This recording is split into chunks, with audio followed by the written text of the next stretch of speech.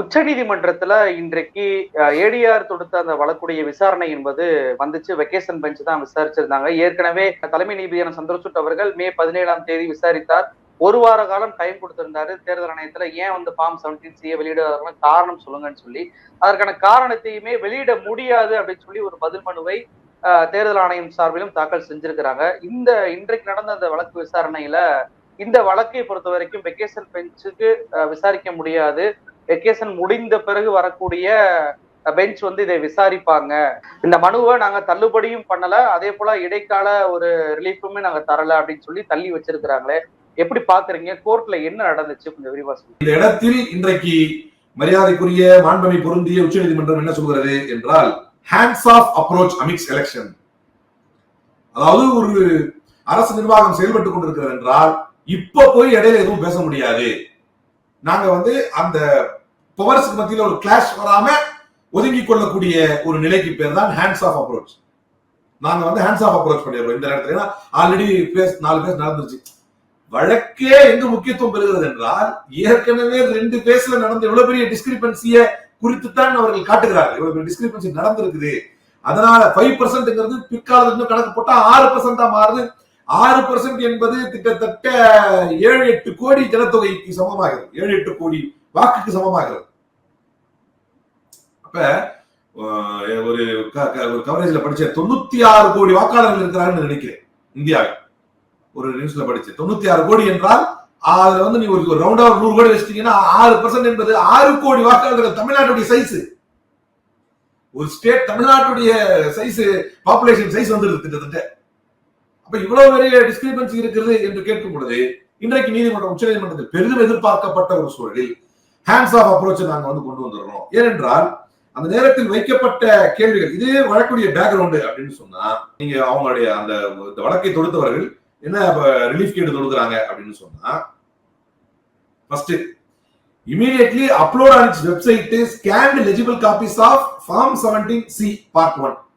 17C part 1 வந்து account of votes recorded, எவ்வளவு ஓட்டு ரெக்கார்ட் ஆயிருக்குது அப்படிங்கிறது 17C part 1. இதை நீங்க என்ன பண்ணுங்க, உடனடியா அப்லோட் பண்ணிருங்க. டிரான்ஸ்பரன்சி தான் கேக்குறாங்க, உடனடியா அப்லோட் பண்ணுங்க. இது of all polling station after close of polling of each phase in the ongoing 2024 Lok Sabha elections. இது 17C part 1 account of votes recorded 1. இது ஒரு ரிலீஃப் கேக்குறாங்க. எவ்வளவு ஓட் ரெக்கார்ட் பண்ணிருக்கீங்க அப்படின்னு கொடுத்துருங்க. அப்புறம் 17C part 2 இருக்கு. அந்த 17C part 2 வந்து என்னன்னா, candidate wise result of counting after the compilation of results of the 2024 Lok Sabha elections. Candidate wise எவ்வளவு வாங்கிருக்காங்க அப்படிங்கிற ரிசல்ட்டையும் வெப்சைட்ல ஸ்கேன்ட் லெஜிபிள் காப்பிஸா கொடுத்துருங்க. நீங்களே வெளியிட்டுருங்க. Scan copy, legible copy. ஏன்னா லெஜிபிள் காப்பி ஸ்ட்ராங் ரூம்ல இருக்கும் ஒரு காப்பி, அதை நீங்க ஸ்கேன் பண்ணி லெஜிபிள் காப்பியை வெளியிட்டுருங்க. இதுல டிரான்ஸ்பரன்சியா தான் கேக்குறாங்க. மூணாவது என்னன்னா, tabulated polling station wise data in absolute figures. Absolute figureல polling station wise data வந்து நீங்க வெளியிடுங்க. 17C part 1 each phase of polling in the ongoing 2024 election வந்து constituency wise figureயும் போட்டு voter turnout absolute numbersல போடுங்க. இப்போ இது போட்டினா உங்களுக்கு பிரச்சனையே வராது. 5% 6% என்பது எவ்வளவு ஆட்சி, 5% 6%மா 1% 2% ஆட்சியை மாற்றிவிடும். அப்ப 5% 6% என்பதுதான் வந்து பிளேயரே, மெயின் பிளேயரே, ஒரு ஆட்சி மாற்றத்துக்கான மெயின் பிளேயரே அங்கதான் நிக்குது. அப்ப இந்த மூன்றையும் வைத்து தான் இடைக்கால மனுவாக போட்டு இந்த பிரேயரை அவங்க கேட்கறாங்க. இந்த பிரேயரை கேட்டதுக்கு இசியுடைய ரெஸ்பான்ஸ் வந்து என்ன சொல்றாங்க அப்படின்னா, கவுண்டர் அஃபிடேவிட் போட்டு ரெஸ்பான்ஸ் கொடுக்குறாங்க. நேற்றைய முன்தினம் அந்த கவுண்டர் அஃபிடேவிட் வந்து, அப்ப அதுல அப்ப என்ன சொல்றாங்கன்னா, கான்டக்ட் ஆஃப் எலெக்ஷன் ரூல்ஸ் படி 17C வந்து ஒரு போலிங் ஏஜென்ட், கேண்டிடேட்டுடைய போலிங் ஏஜென்ட்டுக்கு மட்டும் தான் ஒரு காப்பி தர முடியும். அதே மாதிரி அந்த ஃபார்மை வந்து 17C வெப்சைட்ல நம்ம பண்ணோம்னா அது வந்து it may lead to mischief and confuse the voters leading to mistrust in the process. என்னன்னா, ஓட்டு போடுறவங்க வந்து கன்ஃபியூஸ் ஆயிடுவாங்க. அதாவதுங்க, ஓட்டு போடுறவங்க தாம் போட்ட ஓட்டு பெரும்பான்மையாக யாருக்கு போட்டோமோ அவர்கள் தான் தேர்ந்தெடுக்கப்பட்டார்களா என்று ஒரு குழப்பம் பின்னாளில் ஏற்படுமே. அதை விட இந்த குழப்பம் கம்மி தானே. அல்லது குழப்பம் ஏற்படும் என்று சொன்னால் அந்த குழப்பத்தை தீர்க்க வேண்டியதான உங்களுடைய கடமை. அந்த குழப்பத்தை தீர்ப்பதற்கு தானே வழக்கே வந்திருக்குது. ஆனால் இசியுடைய ரிப்ளை வந்து வரலாற்றிலே பதிய வேண்டிய ஒரு ரிப்ளை. ஏன்னா இதனால வந்து நிறைய பேர் ஓட்டு போட போக மாட்டாங்கன்றாங்க. கடைசியில இதனால என்ன ஆகும்னா, குழப்பம் வந்துடும், இந்த தேர்தல் ப்ராசஸ் நம்பாம போயிருவாங்க அப்படிங்கிறது அவங்களுடைய வாதம். நான் ஆரம்பத்திலேயே இதனுடைய பேக்ரவுண்ட்ல இருந்து ஷார்ட்டா சொல்லிட்டு வந்தேன். எங்க தேர்தல் ஆணையத்துல இருந்து ஆரம்பிச்சு இப்ப கடைசியா இவிஎம்க்கு எதிரான இவிஎம்க்கு ஆதரவான தீர்ப்பை தனக்கே உண்டான தீர்ப்பாக நரேந்திர மோடி கொண்டாடியதுல இருந்து இப்ப இந்த சந்தேகங்கள் எங்கிருந்து எழுகிறது என்பது வரைக்கும். அதே மாதிரி ஈஸியா வந்து தன்னுடைய அபிடேவிட்ல வந்து என்ன சொல்றாங்க அப்படின்னா, ஒரு 17C ஃபார்ம்ங்கிறது ஸ்டாச்சுட்டரி ரெக்கார்ட் ஆஃப் ஓட்ஸ். அது ஒரு ஸ்டாச்சுட்டரி ரெக்கார்டு. அது எல்லாருக்கும் இப்ப நம்ம வந்து வெப்சைட்ல போட்டுட்டோம் அப்படின்னு சொன்னா அது ஆளாளுக்கு எடுத்து மார்க் பண்ணி போட்டுருவாங்க. நான் ஒரு வேலையான கொஸ்டின் கேட்கவா? எனக்கு ஒண்ணுமே புரியல. இப்ப எல்லா பூத் ஏஜென்ட் கிட்டையும் ஒரு 17C ஃபார்ம் நீங்க கொடுத்துருவீங்க. எல்லாருக்கும் ஒரே மாதிரி தான் கிட்டத்தட்ட இருக்கும். அதுல எத்தனை பர்சன்டேஜ் வேற யாராவது மார்க் பண்ணி வேற ஆளுடைய பேரை போட்டு அதை கூட வெளியிடலாமே. நீங்க ஸ்கேண்ட் காப்பியா போட்டா மட்டும் தான் அதை வெளியிட முடியுமா? மார்க் பண்ணி வெளியிடணும்னா இப்ப நீங்க ஒரு கேண்டிடேட், உங்களுடைய பூத் ஏஜென்ட் நானு என்கிட்ட கொடுக்குறாங்க 17C கொடுக்குறாங்க. அதுல நம்ம சம்பந்தப்பட்ட டீடைலும் இருக்கும்னு வச்சுக்கோமே. இப்ப இந்த கேண்டிடேட் சம்பந்தப்பட்ட டீடைல் வச்சுக்கோமே. எலெக்ஷன் கமிஷன் பயப்படுவது மார்க் பண்ணி போட்டுருவாங்க அப்படிங்கறது எலெக்ஷன் கமிஷனுடைய பயம். அப்ப நான் வந்து உங்களுக்கு எதிரில் போட்டிடுறாருல அவர் பேரை போட்டு மார்க் பண்ணி போட்டு விட்டுலாமே. அங்க தெரிய வேண்டியது எவ்வளவு பர்சன்டேஜ்ங்கிறது தானே பாயிண்ட். அதுதானே எத்தனை எவ்வளவு ஓட்டு டர்ன் அவுட் வந்திருக்கு அப்படிங்கிறது தானே. என்ன ஒரு நகைப்புக்குரிய ரெஸ்பான்ஸ் வந்து எலெக்ஷன் கமிஷன் கொடுக்குது. அத ஸ்கேண்ட் காப்பியை கொண்டு சொல்ற மாதிரி ஸ்கேண்ட் காப்பியை வந்து வெளியிட்டா அது வந்து மார்க் பண்ணி வெளியிடுவாங்க, அதனால குழப்பங்கள் வந்துடும் அப்படின்னு.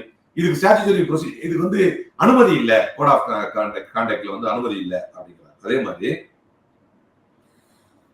At the moment original form 17C வந்து ஸ்ட்ராங் ரூம்ல இருக்குது, போலிங் ஏஜென்ட்ஸ்க்கு கொடுக்குறோம்.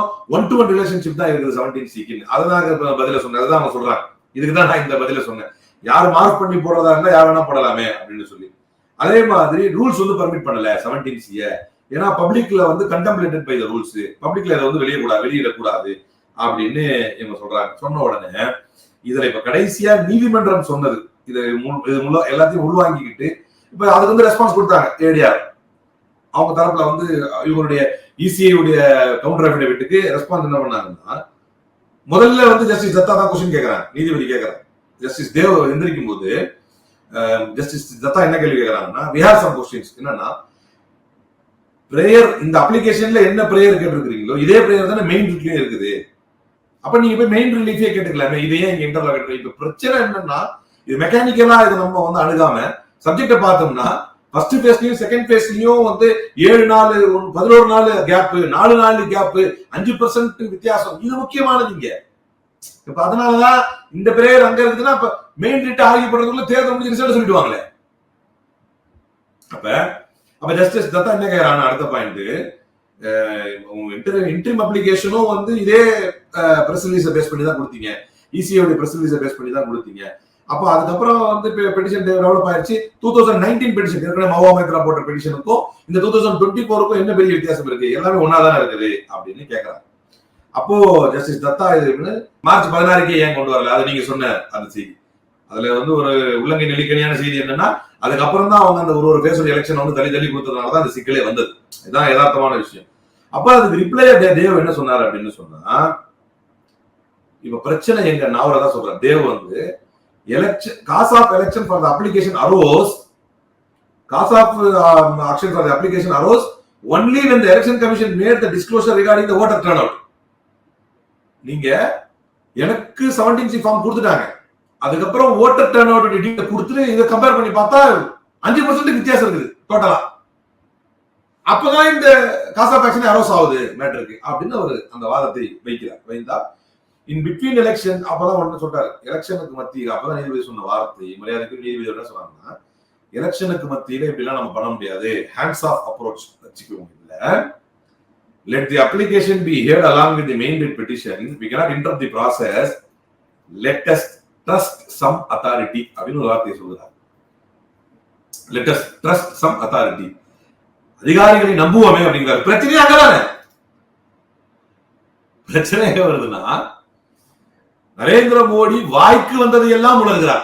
ஒரு பிரதமர் வாய்க்கு வந்ததெல்லாம் பேசுறாரு, ஒரு வழக்கு இல்லை அவர் மீது. டெல்லி உயர் நீதிமன்றத்துக்கு போறாங்க, அங்க போறாங்க, கடைசி எலெக்ஷன் கமிஷன் கம்ப்ளைண்ட் கொடுத்தா ஸ்டார் கேம்பெயினரை நீங்க அடக்கி வைங்கன்னு மல்லிகார்ஜுன கார்கேக்கும் ஒரு நோட்டீஸ், ஜேபி நட்டாக்கும் ஒரு நோட்டீஸ். இது இப்படி அத்தாரிட்டி என்பவர்கள் இப்படி இருக்கும் பொழுது அத்தாரிட்டிகளின் மீது நம்பிக்கை இழக்கும் போதுதான் அத்தாரிட்டிக்கு அகைன்ஸ்டா நீங்க வந்து you are the authorised judgment, judiciary is the authorised against the authority அப்படின்னு நம்ம உங்ககிட்ட வர்றோம். லெட் அஸ் ட்ரஸ்ட் சம் அத்தாரிட்டிங்கிறது எந்த வகையில் புரிந்து கொள்வது என்றே நமக்கு வந்து இது வந்து புரியல. அப்போ வந்து அபிஷேக் மனு சிங்வி வந்து என்ன சொன்னார் அப்படின்னு சொன்னா, the courts ought not to adopt a technical approach. இந்த மாதிரி டெக்னிக்கல் அப்ரோச்லாம் இதுல எடுக்காதீங்க. ஆர்குமெண்ட்ஸ் வந்து கன்ஸ்ட்ரக்டிவ் ரெஸ்டிடிகேட்டா இன்ட்ரீம் பிரேயரை வந்து நீங்க வந்து என்டர்டெயின் பண்ணணும் அப்படின்னு கேட்டார். நீங்க ஃபைனல் பிரேயர்ஸ் பண்றதுக்கு நீங்க என்டர்டெயின் பண்ணணும். ஏன்னா tomorrow is 6 days, 5 phases are over. அப்ப ஜஸ்டிஸ் தத்தா திரும்ப சொல்றார், இந்த particular complaints that you are insisting upon would require man power. இங்க ரொம்ப ரொம்ப ரொம்ப ரொம்ப முக்கியமான ஒரு விஷயம் வந்து இங்கதான் தீர்ப்புல இருந்துச்சு. ஜஸ்டிஸ் தத்தா என்ன சொன்னாங்கன்னா, ஆல்ரெடி 6th phase வந்து நாளைக்கு 6th phase, 5 phase வந்து முடிஞ்சு போச்சு. இந்த பர்டிகுலர் கம்ப்ளைண்ட்ஸ் நீங்க சொல்றீங்கல்ல, இதை வெளியிடணும் நீங்க சொல்றீங்கல்ல, இதுக்கு வந்து வுட் ரெக்வயர் மேன் பவர் அப்படின்னா, இது பெரிய அளவுல வந்து ஆள்பலம் தேவைப்படும். It is not possible during this period. அது நடத்த முடியாதுங்க, அது ரொம்ப கஷ்டம்.